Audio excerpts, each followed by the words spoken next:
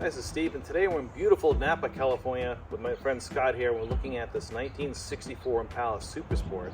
It's been in the same family, his family, since new. I can't wait to show you this car and take a look around today in the garage.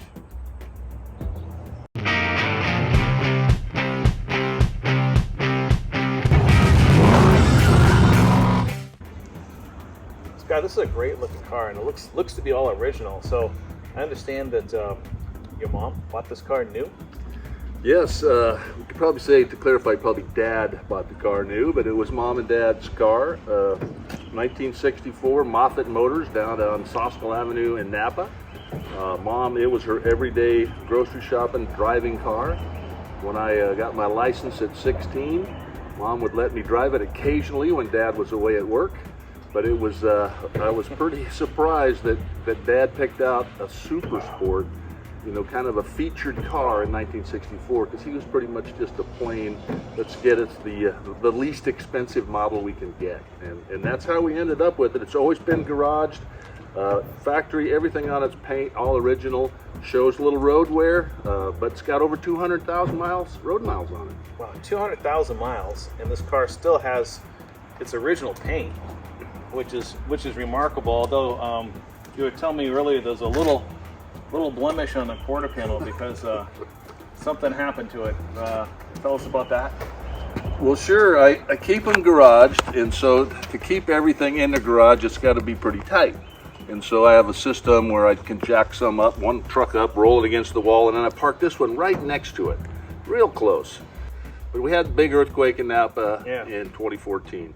And so after we, kind of did an inventory on damage, looking around, I noticed that my 69 Chevy truck and the back quarter of the 64 were doing a little dance in the earthquake. And that's what caused that damage. Wow. Right there. You know, those little things you find out 3 or 4 days after the earthquake. So there it is. Maybe at some point I'll, try to tune it up a little bit, but these guys can do wonders. But yeah, that damn earthquake put another little chink in the old car, Mom's car. Well, it's kind of part of the history of the car now, so it's kind of nice just to leave it alone. I mean, I love original cars like this because they all have a story. And if you start erasing the history, then it's not as interesting, is it? No, I agree. It's definitely got a story. And so, like I said, Mom, and then when about 1985 or so, Mom was looking at a new Buick. And so I was able to talk them into parting with this, and I took it over. Linda and I took it over about 1985. And so I drive it regularly and keep it in the garage. Nice. And this is a nicely equipped for one of these cars too. It's got factory air conditioning. It's got this rear-mounted antenna. There's a power steering, power brakes, and what's under the hood? It's a 327. Not the high horsepower 327, but a good with the turbo hydro, the automatic, hydromatic, and 327. Yeah. Got the old Rochester 4-barrel on it. Yeah, it looks great. I mean, I love the fact that it has got the deluxe wheel covers too, with the three-prong spinners. It has kind of a nice patina all the way through. It's not. It just has that nice original look, which I really love. I really love that, and actually, collectors now are really appreciating more this type of originality because you can't restore it into this look. And this original paint, 200,000 miles. Road miles. That's incredible. That's what you call a very well cared for car, isn't it? Wax on, wax off. We always wax them and we take care of them. And if they're garaged, they're going to last. And if you're fortunate enough not to smash them up too bad, but the one not original quarter panel is the left front. And I had a little run-in with a 66 Mustang when I was 16 years old. So that cost me $250 to fix. And we were just talking about stereos. I had just bought a $250 stereo for my room, and that's all my money. And so my dad said, well, I guess it's our stereo now. And he moved the stereo into the front room to pay for the damage on the car. Oh my God. I mean, I love this car. I mean, I love the interior, the fucking seats, all that stuff. It's just so cool. I mean, you must have been so really happy that your dad selected a Super Sport. Like I say, he could have got the Biscayne. Well, and that was usually his modus operandi. He would get what he could get at the best price, the best deal. We didn't get a lot of fancy things. So this was a surprise for both my brother and I. So it was a great surprise, and I enjoyed driving it. Boy, I felt good driving this around town in the mid-'60s when I was in high school. So when you drive the car today, does it still bring back memories? I mean, you've been driving the car for so long, nearly 6 decades. The car's been around, you've been around this car. Does it still, every once in a while you're driving, you just remember what happened 30 years ago or 40 years ago? Does it still trigger things for you sometimes? It does, most definitely. Some things I'd rather forget, but it does bring back great memories too. And I get a lot of appreciation. People will honk, people will wave, and give you the thumbs up when you drive a car like this around. And a lot of people, because I've lived in Napa my whole life, but many people, my friends, recognize this car and me in it too. So that's a fun part of it. Yeah, well, I know you like Napa. Yes, I like Napa. You like it so much, you became the mayor, right? Thanks, Steve. Yeah, that's one of those memories, right? Yeah. I worked 30 years with the Napa Fire Department, and so when I retired from the fire department, a lot of my friends said, "Scott, you know everybody in town. You know you've done a good job. Why don't you run for a public office?" And so I ran for city council, 2 terms on city council, and so now I'm in my first term as mayor. That's great. Great bunch of people for the city. Great place to live. So yeah, it keeps me busy.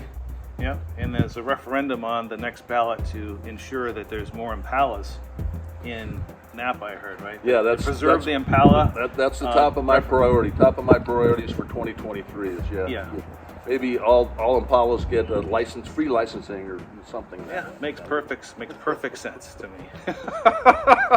Yeah. Let's take a look under the hood. Sure. See what we got here. Pull it up. It's been opened a few times.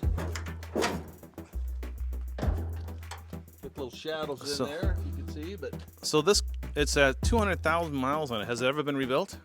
The dad told me that he did the heads. He reconditioned the heads at some point, and that's the only thing that's come off of it. But yeah, it's all still factory. You can see factory air conditioning, power brakes. Yeah, power steering, I see. Power steering, got the little bug wash bottle still on the fender attachment. I think the radiator recovery system was an add-on from Dad. Yeah, those are aftermarket 64s. Yep. Nobody had that back then, but it makes a lot of sense to have it. Yeah, and so Dad, that was one of the modifications Dad did, one of the few. It's really nice, original looking under here. It just has this, again, kind of goes with the rest of the car, just a nice patina all the way through. Really like it. You're right, and so the patina on the top of the radiator, that's from hands pulling the dipstick. That's just what that wear is for. That's what I was looking at that the other day, and Dad doing this all the time, because you never start up an old Chevy without checking the oil first. Yeah, it used to be different back then. Chevys do drip. And this one drips a little bit. Well, with 200,000 miles on it, we'll allow it. Give it a few drips. Yeah. We'll give it a few drips. Yeah, it runs strong though, and I keep it tuned up. It's pretty easy, and drive it regularly. That's the key, is get it out and running around. Yeah, 327 4-barrel. That's a nice setup. Yeah, it's a nice cruising car. It's kind of a little heavy, slow out of the hole if you're trying to get out someplace fast, but it's a cruiser.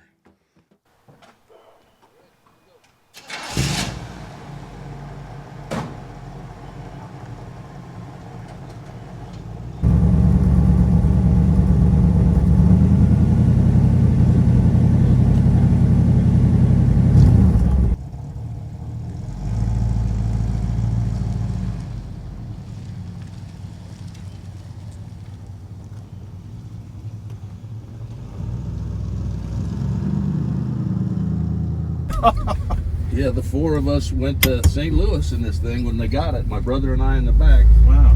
And it was 500 miles a day. We got to Albuquerque in 2 drives, 2 days, and then we got over to St. Louis in a couple days. Then Sioux City, Iowa, and then the big leg from like Yellowstone back 1,000 miles. Dad said, "We're getting home." We went the whole route.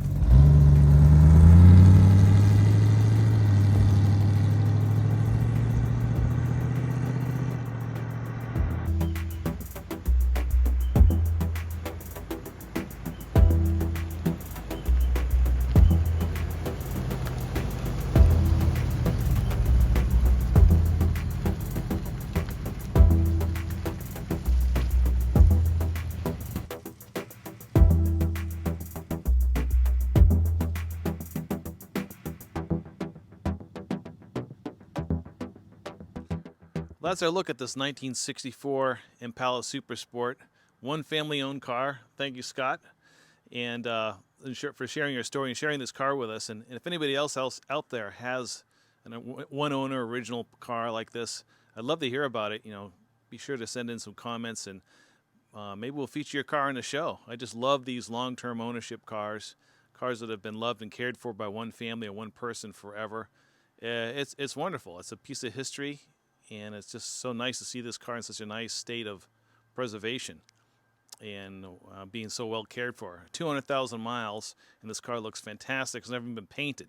So that's just a fantastic success story for both the ownership and the car itself. It's a good car. Thanks, Steve. Yeah. Thanks so much, Scott, and we'll catch you next time in the garage.